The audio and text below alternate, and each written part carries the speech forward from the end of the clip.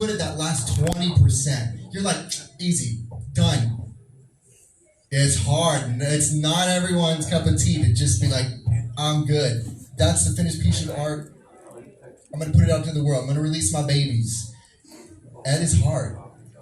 I suffer from perfectionism myself. Sometimes songs can take me like a day to write, which is amazing. It's a stroke of luck sometimes when that happens. The universe talks through you.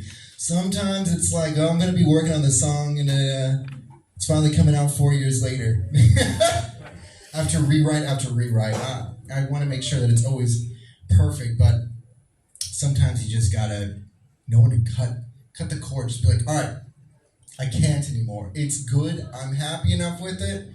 You got to let it go. That's my biggest piece of advice. Just let it go. I'm not going to break into song, but you all hear it in your head. I know you do. So what do you do with that song once you're ready to release it? Well, you should distribute it. And there are a number of distributors out there. My favorite have been CD Baby and DistroKid. What do you use, Silva? I use DistroKid. Hell yeah. What do you use, now? DistroKid. Ethan? What do you mean by distribution specifically? How do you put your song? Have you released a song yet to distribution? Like if they put it on Spotify, Apple Music. Oh, so no, for me, like I don't even do that yet. I a lot of the times when I make music, I just share it like on Discord servers with friends, with people who like I admire or look up to, and they'll kind of give like input. Yeah, you're getting into my next slide already. Yeah. There you go. And what about you, Sal? How do you distribute your music? Or like a label that's not a label. It's a weird thing. But yeah, it's called Dear Music. Oh, hell yeah. And also, I release on Bandcamp, which is great for independent releases. And also SoundCloud, Repost. Yeah, SoundCloud and Bandcamp, great resources to distribute your music for free. You don't have to pay for those, and with Bandcamp you can make money. Shout out to Bandcamp Fridays. They're great. If you know what a Bandcamp Friday is, shout out. Yeah. That's the best way to help out your local artists. Buy their music on Fridays on Bandcamp because all the proceeds, or at least the majority of them, go to the artist instead of Bandcamp's cut. All right. So once you've released that song into the world, you've distributed it to one of your distributors. Now you got to market it. It exists in Spotify. It exists on iTunes, wherever you have it. So one of the places that I like to go for marketing, because I like grassroots marketing. I don't like to go into my second point there. I don't ever pay for marketing. Well, I've tried like Instagram ads. Man, they're not worth it. I'm not going to say that word. Bleep Instagram ads. Don't do them. Don't pay for ads if you can. Sal, you've got some important insight on this one. I'll ask you in just a second. But the way I like to distribute my music and to really do it is I kind of focus on a community, whether it's like the furry community, the nerdcore community, the anime community, as a lot of our friends do. There's a lot of anime rappers and musicians out there. There's all these communities where they're very tight-knit, as you like know in the furry fandom, when people talk to each other. If you like a piece of content, you're likely going to share it. And working with those communities, creating stuff that they would like, that you also like, honestly can really help you get your work out there. And so I personally focus on like zeitgeist music. So if there's a game that I like, because I write songs about video games, it's like one of my favorite things to do. Specifically the horror video games, like Five Nights at Freddy's, way back when it was just like FNAF 1. I was like, what's this? I kind of fucks with this. This is cool. Zeitgeist just means what's in the now. And so stuff that's popular, if you write about it, it's likely going to get shared more. My good friend CG5 really is one of like the proficient capitalizers on that idea. I met him when he had 7,000 subscribers on YouTube, and I was like, bro, you're going to go far. I love your style of music. At the time, he was making like covers and stuff. I was like, you need to sing more. You need to put an animation on every one of your music videos if you can. And just keep doing what you're doing. It's going to blow up. And he's like, I'm going to do meme music. It's like, meme music? Okay, I don't know if that's going to work, but let's see. He's got like 4 million subscribers now. Yeah. He works with the most amazing artists, and he's just blown up. So he focuses on zeitgeist because he's able to crunch out a song in a day to 4 days from beginning to end and just have it out. So yeah, working fast helps with zeitgeist. If you don't work fast, maybe don't focus too much on zeitgeist, or at least something that inspires you that has some longevity, like Portal. I love Portal. You can never go wrong with Portal. Oh my gosh. I'm making a note. Showing your age, bro. Oh my gosh, stop. Man. Huge success. All right, this middle point, I really want to ask my friend Sal about, because Sal has more experience with the quote-unquote, like, professional side of the music industry with labels. Do you recommend paying for marketing? That's a tough question. It really depends on where you're gonna put the music, but I've had it just not the best time marketing. Had to pay a marketing team a lot of money to do absolutely nothing and give me like 10 or 20,000 fake followers on Instagram, which I just had to like delete that channel. So I had a whole process in Atlanta. It was just not fun. So I think if you're starting off, definitely just go grassroots. It's a lot more fun and it's a lot more interesting. You'll get a lot more positive feedback that way instead of just being an echo chamber. Definitely. And here in the furry fandom, one of the best ways that you can market to your own community, I know you all have furry friends.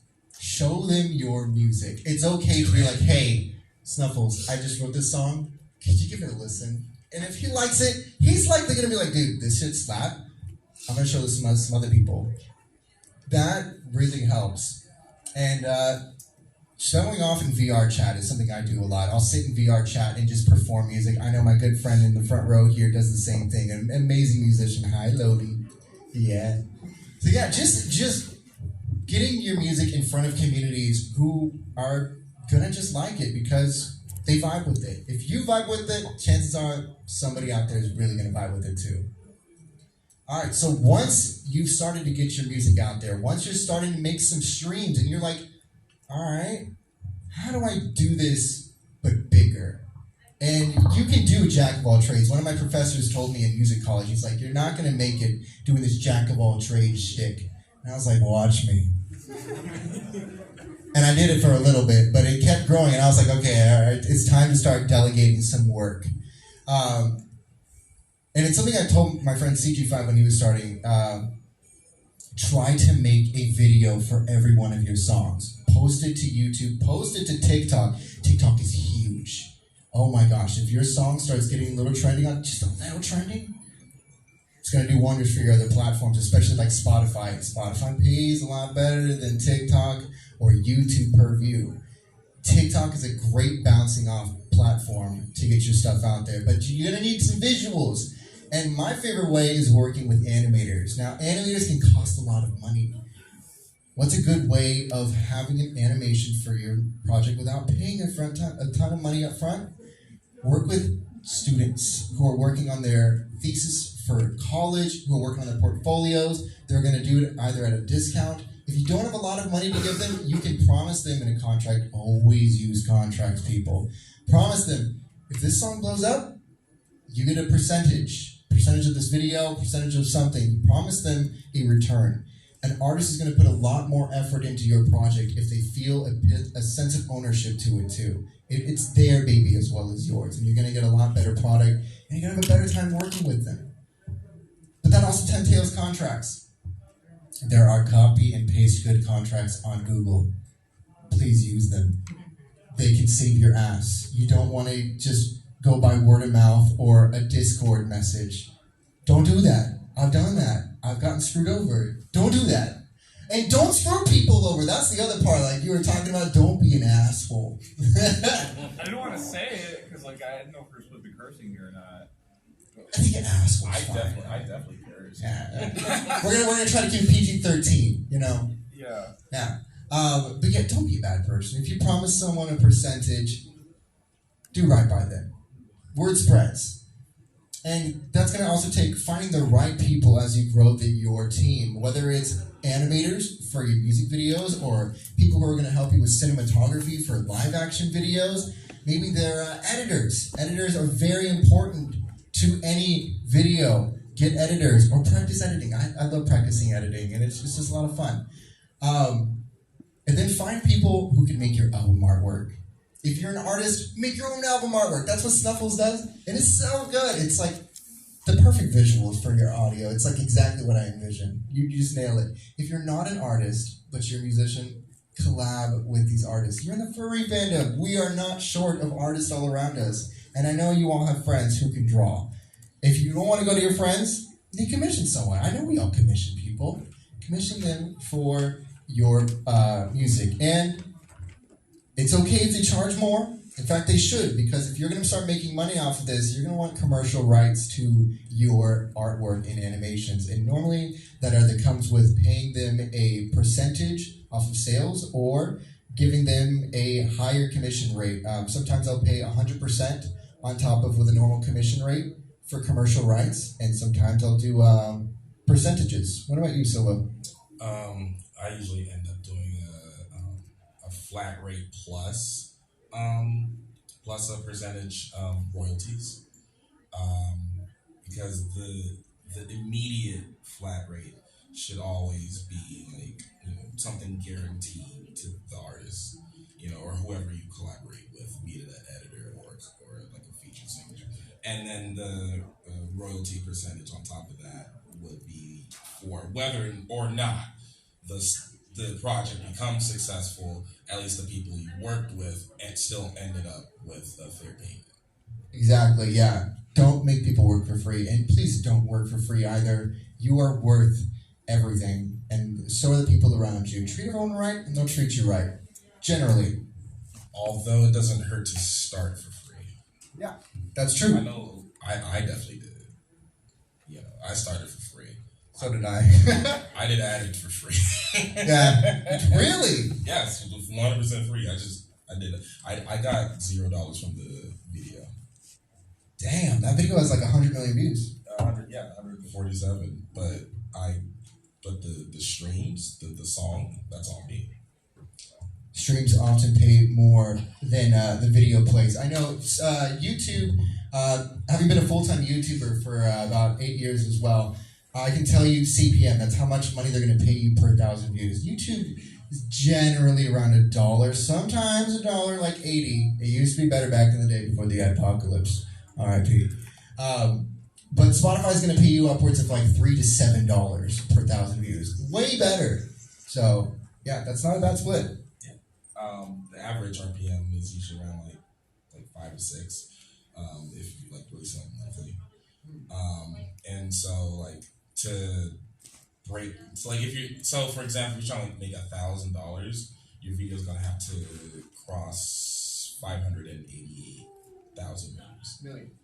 Million. No, $1,000. Yeah. Sorry, yeah. Wait a minute, wait. Yeah, so like $1,000 from the video is like 588,000 views, and that's with the average RPM. So if you're uploading like regularly, not too much, not too little, then you're getting like an average RPM per view. Yeah. And like Silva touched on with their slides, being in the right place at the right time is big. Something my other music professor told me when I first started music college, he's like, it's going to be hard. It's going to be fucking hard to make it as a musician. Excuse my language, I forgot. He was crass. I'm sorry, I'm quoting him directly. That's the limit now. That's the limit. That's the limit. We're past the limit. So yeah, like you were saying, about 80% is hard work and with a mix of talent, perseverance, run with it hard. There's a lot of luck that went into getting me to where I am. Whether it was one day I was sitting in my dorm room and my roommate across the hall knocks on my door and he's like, hey, I got this student who's looking to go to our program, but I'm in the marketing. He wants to be in music. Can you talk to him? I was like, oh, sure. He's like, this little nerdy kid comes in. He's like, yeah, I'm a brony musician. I was like, oh, I know about bronies. And he's like, yeah, I'm the wooden toaster. What? I was like, oh, I never heard of you. Let me see. What the hell? What is this? Oh my God, this kind of slaps. And then right there it suggested the Living Tombstone. I was like, who's this? What's Five Nights at Freddy's? Oh shit, I can do this. I'm gonna do this. I'm gonna try this. Boom, changed my life. Or when I was looking for my internship, Warner Music hired me to work out of California. I start moving up there, and I asked for an extension on the movement date. They're like, well, yeah, but don't you live here? I'm like, no. They're like, we had an in-person interview last week. I was like, no, we didn't. They're like, you're Jorge Aguilar. That's my real name, by the way. I'm like, the second. I'm Jorge Aguilar the second. They go, oh, shit. I think we heard the wrong one. I was like, well, I'm already moving up there. Can y'all help me out? And there's like, would you like to work anywhere else? I was like, no, I'll take anywhere. I just need this internship to graduate. So they sent my resume to all the Warner-owned studios, and Atlantic Records in Hollywood ended up picking me up. So I worked there for a while as a music engineer there, and that's where I learned a lot of pop, because at the time I wanted to do theatrical music, stuff that is in movies, big sounds, kind of like you heard in that little preview. And so yeah, there's been a lot of luck that has gotten me to where I am, but that luck wouldn't account for shit if I wasn't ready for it. You gotta jump on those opportunities. They're gonna come at you, and when they do, you better be ready. All right, that is it for the presentation part. Thank you. Now is the best part. It's the Q&A. So, if you have questions for any of these amazing musicians, let's start with a round of hands. I saw the first year Paul go up first. So I'm trying to make an honest attempt to become a professional musician, but I live in two-cell apartments and I have neighbors from hell. Oh yeah. So I was there in my dorm rooms. I feel you. So whenever I'm trying to like record an instrument or record vocals, they're always trying to shut me up by like knocking on the door, telling me to be quiet, or Oh my they God, that's retaliate by playing their own music. That sucks. loud. Or they send complaints to the management, and like, I'm kind of stressing out. I don't have many options, and the only option I can think of is like recording out of my car.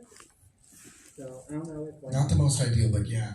I don't know if you guys have like any suggestions or like if you didn't. I've got a couple. So I started a lot of my first songs in my dorm room, which had papers in walls. I could hear everything. So could they. One, work out of headphones. That's for like your mixing. But I'm sure you already do that. Two, record in your closet if you can. Surround yourself with clothes, blankets. Put up a little blanket fort, and that's going to help muffle as much as you can. If you can get some cheap foam, whether it's like couch foam, you don't have to go crazy with the RLX. You don't need that. Just try to surround yourself with as much padding as you can. Like, hang some padding on your closet door, close it in, and record like that in there. It's going to get hot, but if you love music, it's going to be worth it. Does anyone else have some good tips? I was going to say, I think your situation sucks. I'm really sorry first off. Oh my God. I think something that I would do in that situation is to try to do whatever you can to prepare yourself to where you get to a point where you actually can, start recording and start doing what you want without having to worry about the neighbors. So, improving your ears and really, listening to music, kind of just like getting ready to be able to be free from the limitation that you have. Again, do like what you can now, considering your circumstance to help prepare yourself, and you will thank yourself so much if you do that kind of thing. Because then you'll be like, I could do it. And I did, and it's good to try to work around that, try to compromise, try to accommodate yourself and stuff like that. Yeah, it's good. Can I add something? Yeah. Okay, so there's a few different angles you can go at this with, but I think the big thing is that you're really focusing on the live recording aspect of it, which is cool. It is really good when you can play an instrument or sing and hear your own voice. But there's plenty of musicians out there who don't do that like at all, or they do some mixture of recording where they'll take their crappy, scrappy recording and then kind of like translate it to something a lot better. There's like programs like OpenMPT, which are incredible for like if you're into music tracking. Look, there's some great stuff in that, okay? It is hard though. It's hard, but I'm saying there's a lot of programs out there where you don't necessarily have to like be playing the instruments to make music. It's something where you are able to make a whole song from scratch based out of other people's samples and like your own kind of things that you're bringing into it. Second off, have you heard of Car Seat Headrest? Literally named after the guy who was sitting inside of a car recording every single bit of his music, because he didn't want to be at home writing music. You know, it's you can find places outside of your house, and even if the sound is garbage, you know, just find an angle with it. Will Toledo's thing was it was shitty lo-fi where he was crying and you couldn't hear him because he didn't want people to hear his lyrics. You know, yeah. Okay. To preface, before we go on, we are starting to run out of time. So before we get kicked out of here, some of us will be outside for more questions. We're going to hang around that way. We can let the other people come in when they need to. But also, if you want more questions, I live stream music production almost 3 days a week on Twitch. Yes, Chaotic Canine Culture. If you need it, just come boop this with your phone and you'll get it. And I talk about music production from first step to the last step, and you can watch me write some of my next songs and be a part of that whole recording process. So definitely do that too if you're more interested in production. Can we get a couple more questions? You want to choose the next one? Okay. So, would you recommend doing more than one genre of music when you listen to stuff? Because I've gotten controversial points of view that sometimes you do like to listen to your favorite stuff, but that's not necessarily the best for inspiration. Yeah, I write multi-genre, whether it's like huge cinematic production, electric, pop, jazz. I'm all over the place. Now I'm doing like some sad Joji type Post Malone beats. Yeah, write whatever you want. Don't ever let people fucking. Sorry, oh my god, I need to stop. Don't ever let people dictate what you're gonna write. You are your own artist. Write for you, not for anyone else. Real quick. So I primarily do EDM. All my like major releases are EDM. But when I'm not releasing my own songs, and like I release my own music like 3, 4, 5 months at a time, not ideal. But when I'm not, I'm collaborating with either like anime rappers. I'm producing rap beats, or the new Bendy game, Bending the Dark Revival. I did some co-production on that on the main theme of the game, some orchestral stuff. So I'm always like outside of my main genre, I'm always doing a whole nother genre. I think it's good to diversify your tastes. You know, it opens the doors for you and your creativity. We got time for one more question. We've been told at the door. We got one more. Would you? Yeah. So you guys were talking about getting finding a community, finding those connections and things like that. Do you have any tips or pointers? This might be a big question. Any tips or pointers on how to, what steps to take, where to go find that kind of community, to go find those kind of connections? Discord and VR chat. I would say Twitter, because a lot of my audience, I got kind of almost a head start in that department because I drew stuff before I started making music. So, and I'm incorporating my drawing into my music, so it kind of bridges the two together for people to go to that. It's a very, very useful way. I had a lot of my collaborations in VR chat. I actually made one of my good friends Midnight Drift from that, so it's been really helpful. Hell yes. Oh, also, that leads me to my last point. Huge. Collaborate, please. If you want to tap into other artists who already are a little bit more established, maybe not so established, it's a great way to not only get you to write faster and do different stuff, but also to share communities. The more you share communities, the bigger you can grow much faster. Collaborate. It's a good thing. Thank you. All right.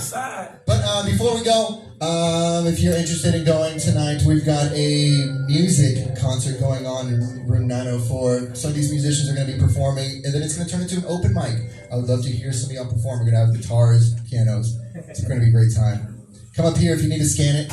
It's 18 plus. Thank you, friend. Thank you, everyone.